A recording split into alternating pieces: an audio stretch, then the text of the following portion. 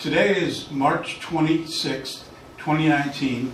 I'm Richard Kuhn with the Evansville Wartime Museum. Today we're going to be looking at a presentation called Flags of Our World War II Allies. During World War II, each of our allies who fielded active fighting units in battle, represented by these flags, directly benefited from the manufacturing dominance of the American economy, which made eventual victory possible. Over 300 essential war materials were manufactured in Evansville, Indiana, in addition to ships, planes, and bullets. This flag exhibit at the Evansville Wartime Museum celebrates the combined efforts of our allies and the contributions of one American city. To many of us, when thinking of World War II, we bring up Hollywood images of John Wayne and the Americans and British winning the war, with little or no mention of the others involved. I found this theme expressed by Gerhard Weinberg to run through nearly all academic studies of the war. Allies are defined as countries cooperating with each other for mutual benefit. But there's a range of friendship or camaraderie, from being best friend to maybe the enemy of my enemy is my friend. As in life, these relationships exist along a continuum between these extremes, and as circumstances change over time, so does the level of friendship. Roosevelt and Churchill's relationship certainly epitomizes this. They were united in their goal to overcome the Axis countries, but were different approaches to achieving this goal. One wanted to promote democracy, while the other was normally focused on protecting the post-war empire. These differences of perspective persist throughout the war. Neville Chamberlain, the British Prime Minister, is best known for his famous Peace in Our Time proclamation after conceding the German-speaking Sudetenland region of Czechoslovakia to appease Hitler and prevent war. Here shown in Munich with Hitler before the war. The 1st of October, 1938, German armor overwhelmed the Czech troops and their cavalry, occupying the whole of Czechoslovakia, not just the Sudetenland, which was ethnically German. Thousands of Czech troops escaped, seeing action with the French army in the German invasion of France. After Dunkirk, they made their way to the United Kingdom, where a government in exile was formed. Czechs fought with the British in North Africa, the Middle East, and later Western Europe. The flag of Czechoslovakia was based on the flag of Bohemia, with these traditional colors originating from an 1192 coat of arms. The first allies were the United Kingdom, France, and Poland. But after the territorial concession in Czechoslovakia, Hitler gambled the Allies would allow them to annex Poland without war. But the British and French had treaty obligations with Poland. So, World War II started with the September 1st, 1939 invasion of Poland. The Allies were soon joined in the war by the British Commonwealth countries of Australia, Canada, New Zealand, and South Africa. After a month of fierce fighting, the Polish army was defeated, but Poland never capitulated. The armed forces retreated to England, where a government in exile was formed. Significantly, Polish cryptologists had cracked the secret German codes, which led to cracking of the Enigma cipher machine, which almost certainly altered the course of the war. Poles fought on land, sea, and air. Notable service in the Battle of Britain, in North Africa at the Siege of Tobruk, in Italy at Monte Cassino, and in France with an airborne parachute drop during Operation Market Garden. They were the fourth largest army in Europe after the Soviets, Americans, and British. The Polish flag consists of the national colors, which are from the coats of arms of ancient Polish and Lithuanian Commonwealth. After a quiet winter, in May 1940, Nazi Germany invaded France. German Army Group B, up in this area, made a faint push into northern Belgium. To defend Brussels, Allied troops advanced from their entrenched defensive lines. Here's the Maginot Line, and the Allies were lined up behind the French border. So the Allied troops advanced from their entrenched defensive line along the French border, away from their supplies and reinforcements. Meanwhile, to the south, German army units of Army Group A thrust through the Ardennes forest, avoiding the permanent defenses of the Maginot Line. Using concentrated armor, Group A drove to the coast, effectively splitting the Allied troops. This set up the Allies to be further squeezed into the pocket and eventually forced to flee from Dunkirk. Over 200,000 British and 150,000 French, Belgian, and Dutch troops were evacuated from the beaches of Dunkirk. But thousands of troops were captured, and all the expeditionary forces' weapons, vehicles, and supplies were lost. Of significance, it was to be 4 years before another Allied ground operation on the Western Front with the Normandy invasion. On paper, this invasion and the swift German success defeating the Allies in 6 weeks were difficult to understand. The French had the largest army, albeit much of it ensconced underground in the bypassed Maginot Line. The French had the best heavy tank at this stage of the war, but the Germans had better strategy and tactics. The Allies spread out their individual tanks to protect each infantry unit all along their defensive front. The Germans' armored spearhead drove columns of tanks and mechanized infantry through the Allied lines, overwhelming individual units. So by June, Paris was occupied, and France was divided into the German zone and the Free Zone, Vichy France. This was the beginning of the next phase of the war in the West. With this defeat, the French government in exile was formed in London, headed by Charles de Gaulle. Free French forces subsequently fought in North Africa, the Middle East, Indochina, and the Normandy landings, eventually leading the drive on Paris. Naval units operated with the Royal Navy and the Canadian Navy in the North Atlantic on convoy duty. Since the Revolution, the flag of France is the tricolor. While storming the Bastille, the Paris militia wore blue and red ribbons on their hats.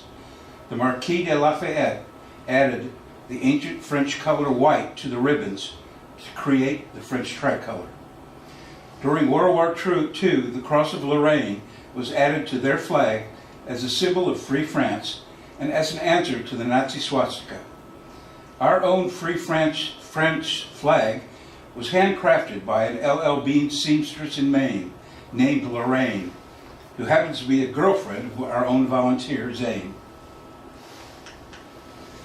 By late 1940, effectively all of Europe, shown in dark blue, was under German control, with only Britain and the Commonwealth standing alone against the Axis. As an island nation, they required over 1 million tons of imported goods per week to be able to survive and fight.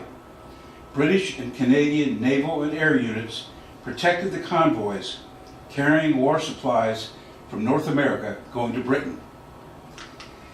Allies struggled to supply Britain and our new Soviet ally, while the German and Italian U-boats sought to prevent the buildup of Allied supplies and equipment in preparation for the invasion of Europe. The U-boats came close to winning the Battle of the Atlantic and defeating the Allies with the loss of 2,500 merchant ships and over 72,000 men in the North Atlantic. Before the war started, the United Kingdom controlled numerous colonies, protectorates, and the Indian Empire, as well as having political ties to Australia, Canada, South Africa, and New Zealand. The British Commonwealth was the world's superpower, claiming fully a quarter of the world's population and a third of the landmass. The national flag of the United Kingdom is the Union Jack, dating from the 1801 Union of Ireland and Great Britain. The Union Jack consists of the Red Cross of St. George, the patron saint of England, edged in white, superimposed on the red on white field, X-shaped saltire of St. Patrick, the patron saint of Ireland, which are superimposed on the white on blue, X-shaped saltire of St. Andrew, the patron saint of Scotland. Notice how the red and blue flags, also used in the UK, were the mother flags of the Commonwealth nations.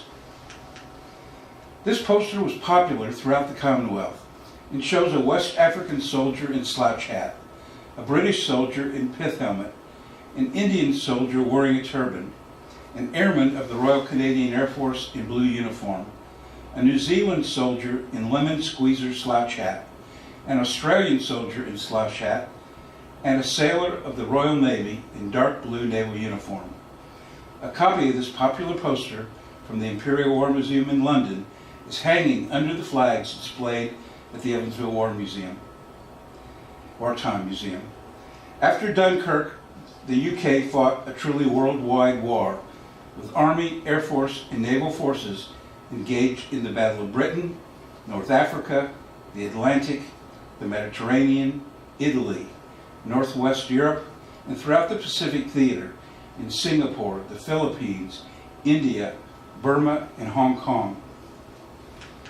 Commonwealth forces were critical to the Allied war effort. The first 3 years of the war, the Commonwealth forces in North Africa, Italy, and the Pacific Theater held back Axis forces, while Britain became the center of the military and industrial capacity.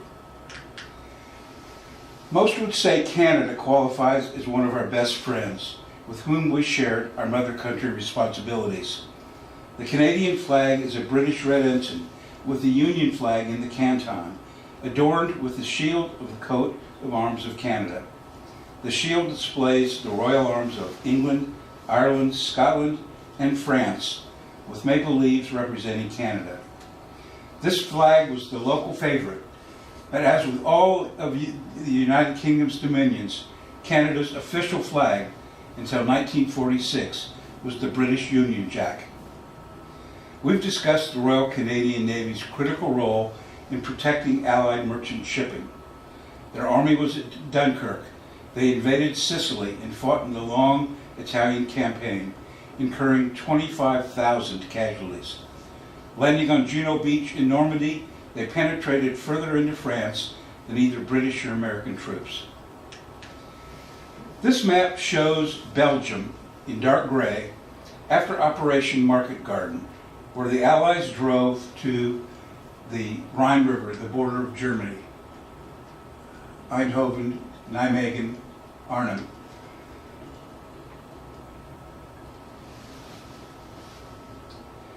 Allies were desperate to utilize the port of Antwerp in yellow, since the long supply lines from the only port in Normandy was a long way from the front lines. The Allies held the south bank of the 64-mile Scheldt estuary, the white body of water leading to Antwerp. But the Germans held the north bank, effectively denying access to merchant shipping. In arguably their most significant operation of the war, Canadians drove the Germans from the estuary and liberated Holland. To this day, in appreciation of their liberation by the Canadians, the monarch of Holland sends 10,000 tulip bulbs each year, which are planted outside the Canadian Parliament. New Zealand was another of those allies who you classify as a best friend. In many of the Commonwealth countries, there was an opposition party who questioned entry into the war. This was the near unanimous response by the Kiwis. The war started for them in December 1939, when the New Zealand cruiser HMS Achilles and the British cruisers Ajax and Exeter opened fire on the German pocket battleship Admiral Graf Spee in the Battle of the River Plate. This resulted in the German warship's withdrawal to Montevideo, Uruguay, and scuttling by its own crew. Kiwis flew Hurricanes and Spitfires in the Battle of Britain in 1940. They fought in the North African campaign. They played a key role against Erwin Rommel at Alamein. They spent 1943 to the end of the war fighting in Italy. New Zealand troops and the HMS Achilles joined American naval forces near Guadalcanal in mid-43, later fighting in Singapore, the Solomon Islands, and the waters around Japan. Thousands of New Zealanders served in the Merchant Navy, shipping troops, military equipment, and cargo across the world. 140,000 New Zealand Kiwis fought out of a population of 1.6 million. They had the highest rate of fatalities in the Commonwealth, losing nearly 12,000 troops. In perspective, this was twice the fatality rate of the U.S. troops. The New Zealand flag is a royal blue field with the Union Jack in the canton and 4 5-pointed red stars with white borders on the fly, representing the Southern Cross constellation. The background is reminiscent of the blue sea and sky surrounding us, and the stars signify New Zealand's place in the South Pacific Ocean. 1941 was to prove eventful. In June 1941, breaking their non-aggression pact, Hitler invaded the USSR with 3 million men in the largest invasion in human history, shown in light blue. With this, the Soviets joined the Allies. Of course, it would be fair to say the Soviets were quite a bit down that friends continuum, just shy of the enemy of your enemy is your friend. By the end of 1941, after achieving major victories, the German offensive stalled in the Battle of Moscow. The Germans attacked Leningrad in July of 1941, rapidly encircling the city. This siege lasted nearly 3 years, by which time more civilians had been killed in the city than the combined American and British casualties during the entire war.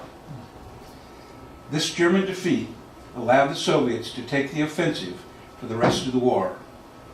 By April 1945, the 6.4 million Red Army fought 1 million Germans in the east, culminating in the last battle of the war in Berlin. The Soviet flag is a solid field of red adorned with the gold emblem in the canton. Also called the hammer and sickle, the sickle symbolizes agricultural workers harvesting grain, with the hammer symbolizing the tools urban workers use to make a razor-sharp edge on the sickle. The gold-bordered red star represents the Communist Party's unification of workers and peasants. This display is hard to read, but the magnitude of Soviet and German losses on the Eastern Front is apparent. Soviet military deaths totaled, in red, totaled 11 million. In the lower left, Pacific theater deaths, and above left, Western European theater deaths. In perspective, America lost over 400,000 in the war in all theaters. Finally, a perspective on sacrifices affecting society after the war. Poland lost more than 1 in every 6 people alive before the war, with the Soviets losing 1 in 7, while America lost 1 in 33. I don't want to dwell on deaths, but rather be aware of sacrifices. 2 other events occurred in 1941. China had been in a prolonged war with Japan since 1931, but finally joined the Allies' effort. And America had provided war material and money all along, but formally joined the Allies in December of 1941 with the Japanese attack on Pearl Harbor. By the end of 1941, all the major players were now engaged in the World War.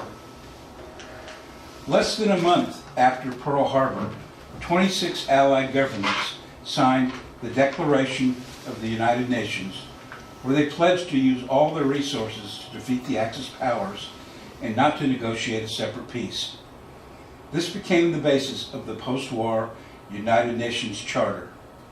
This shows another of the most popular wartime posters, which we have a copy of hanging in the museum under our flag's display. Early in 1941, the German Africa Corps, commanded by Erwin Rommel, arrived in North Africa to reinforce Italian forces facing an overwhelming defeat.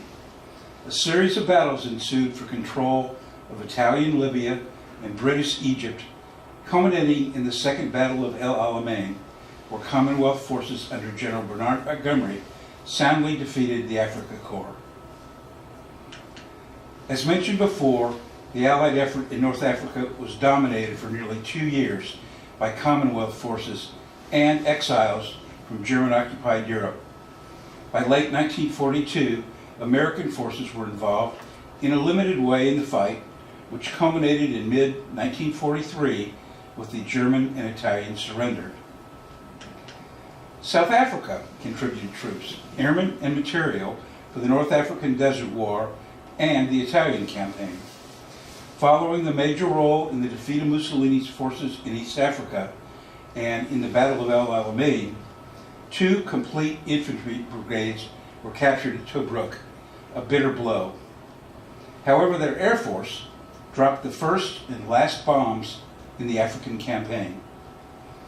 Always a controversial emblem due to apartheid, their flag was based on the Dutch Prince's flag, the first flag raised in South Africa during the European colonization of the Cape. 3 horizontal bands of orange, white, and blue have centered on the white band 3 smaller flags.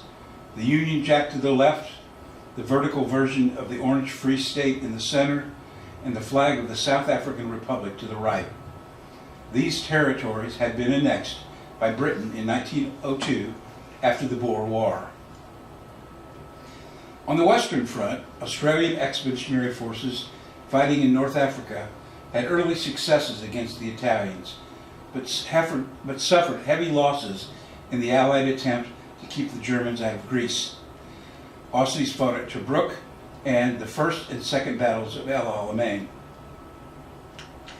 This map of the Pacific Theater is complicated, but shows the extent of Japanese conquest in light blue with Allies in red. Australian and Indian troops fought savage battles with the Japanese in their defense of Singapore, which ended poorly with the loss of 1/4 of Australia's overseas soldiers. This fall of Singapore raised fears the Japanese might invade the Australian mainland. Early in 1943, the Australian government pulled their forces from the European theater back home to improve their defenses against the Japanese. But significantly, until the Americans took command of the fighting in early 1944, Aussies conducted most of the fighting in the Southwest Pacific Theater. The Australian flag represents their historical ties to Great Britain. As with the British flag, the field is blue, and the upper left corner is a Union Jack flag. Below the Union Jack, the large 7-pointed Commonwealth star represents Australia's states. On the right half of the flag is a representation of the Southern Cross constellation, which dominates the Australian sky. British India stretched from current Pakistan and Bangladesh to Burma and Thailand. The British controlled the coasts and large cities, but over 400 Indian princes ruled over their own protectorates. Over 2.5 million Indian tank, artillery, and airborne forces fought in the Western Desert Campaign, in North Africa against Rommel's Africa Corps at Alamein, in the Italian campaign at Monte Cassino, and in the Gothic Line against the Germans.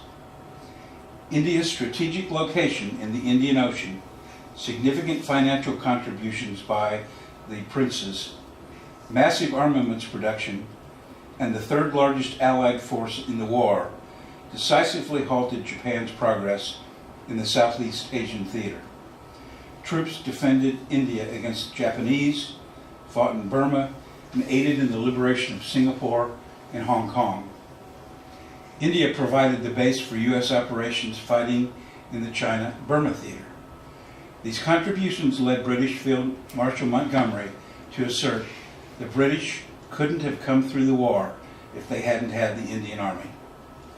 The Star of India flag was one of a range of flags used during the 1858 to 1947 period of British control of some of the regions in the Indian subcontinent. The red field is superimposed with the Union Jack. The sunburst insignia of the Order of the Star of India, a British honorary, is on the right half of the flag, inscribed with the words, "Heaven's light, our guide." Today, the Chinese refer to the war as the 14 Years' War of Resistance. Since the Japanese invaded Manchuria in 1931, this map shows the very complicated relationship between the nationalist Chinese, led by Generalissimo Chiang Kai-shek in white, the communists led by Mao Zedong in the striped areas, and the occupying Japanese in pink. We have another situation here where China's location on the best friends continuum was closer to the enemy of our enemy than the best friend end. During the 1930s, the nationalist government was mired in a civil war against the communists. An alliance to repel the Japanese briefly lasted, but the two factions fought each other and the Japanese at the same time. After the Japanese captured Shanghai, the central government was relocated to the interior, with Japan ruling the large cities, but lacking sufficient manpower to control the countryside. The nationalists fought the communists more aggressively than they fought the Japanese. British and U.S. military frequently quarreled with Chiang Kai-shek on both strategy and tactics, greatly reducing Allied abilities to resist the Japanese. However, China lost up to 3.7 million military deaths and nearly 20 million civilian casualties, nearly 4% of their population, during the very brutal 1931 to 1945 war and subsequent famines. The flag of the Republic of China is a red flag with a navy blue canton bearing a white sun with 12 triangular rays. It's commonly described as the blue sky, white sun, and a holy red earth flag. The three colors correspond to the three principles of the people. Blue represents nationalism and liberty, white for democracy and equality, and red for the people's livelihood and fraternity. Today it remains the flag of Taiwan, not mainland China. Moving back to the European theater, after the Allied victory in North Africa, the September 1943 invasion of the Italian mainland was the next operation and lasted until the eventual surrender of Germany in May 1945. In the West, no other campaign cost more in terms of lost lives, with the death of up to 335,000 Allies and 600,000 Axis. Hitler felt the defense of Italy should be conducted as far from Germany as possible. Germans dug a series of defensive lines into the mountainous terrain across central Italy, significantly delaying the Allies' advance up the Italian peninsula. In 1944, British, American, French, Polish, and Canadian troops broke 4 defensive lines, including the Gustav Line, and took possession of Rome on June 4th, 1944. After the Normandy invasion on June 6th, experienced American and French troops were shifted to the invasion of southern France. In their place, Brazilian infantry and the U.S. 10th Mountain Division closed on the last major defensive line, the Gothic Line. Brazil was the only independent South American country to send ground troops to fight overseas, with their infantry arriving in Italy in July 1944. The shoulder patch reflects their unit nickname, the Smoking Cobras. This post-war map shows how they slogged up Italy's coast north of Rome, capturing important positions in the area around Monte Cassino and the Gothic Line. Brazilian pilots of the 1st Fighter Group flew P-47D Thunderbolts in the Italian campaign from November 44 to the end of the war in April. The sturdy P-47 could absorb a lot of damage and make it home, as this Brazilian pilot confirms after hitting a brick chimney. Brazil entered the war as a result of German U-boats sinking 36 Brazilian merchant vessels with the loss of nearly 1,700 lives. The Brazilian Navy ensured the safety of convoys sailing from the South Atlantic to Gibraltar.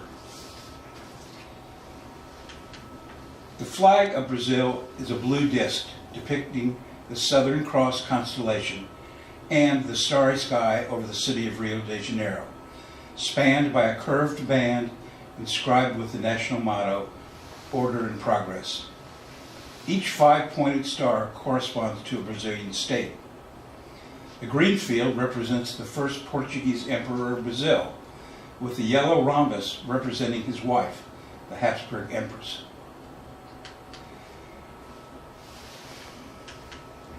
Mexico declared war on the Axis powers in 1942, following the torpedoing of Mexican oil tankers. The most famous Mexican fighting unit was the Aztec Eagle Squadron, flying 25 P-47D Thunderbolts out of the Philippines. Beginning in June 1945, they flew ground support against the Japanese on Luzon and Formosa.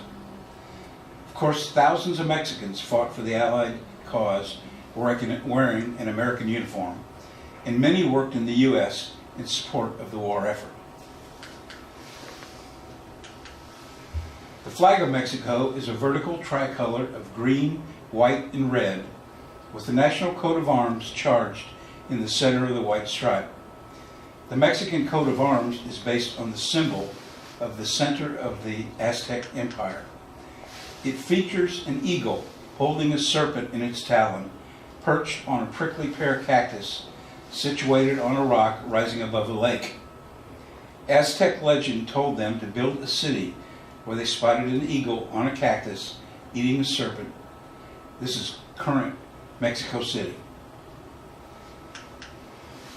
Mexico is the last of our 14 allied countries represented in this Flags of Our Allies exhibit. However, research continues to identify the roles played in the war by other countries who signed the original Declaration of the United Nations. Probable additions to the flag collection include Greece, Holland, and Belgium.